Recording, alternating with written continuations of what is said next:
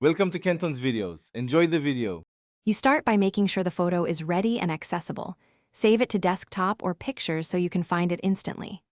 Next, open the image in your default viewer or right-click the file to reveal options. Once the viewer is open, look for a Set as Desktop Background, Set as Wallpaper, or Personalize option. This is the first actionable step. You do this because the system installs the file into its wallpaper cache, which ensures consistent display across sessions. Now you decide how the image will appear.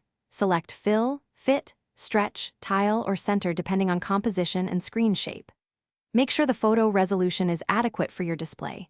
1920 x 1080 images on a 4K screen may look soft, so upscale or crop if necessary.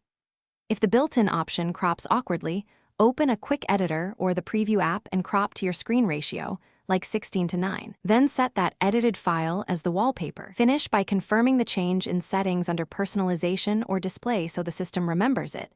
Make sure the preview matches your intent. If the wallpaper reverts later, check that the image file isn't on a removable drive, verify file permissions, and disable Cloud Sync overwrites. These are common causes. For multi-monitor setups, choose per display wallpapers or span the image. Once done, lock your screen to inspect how the background behaves across sessions and sessions. This ensures consistency. Thanks for watching. Consider subscribing if we helped you.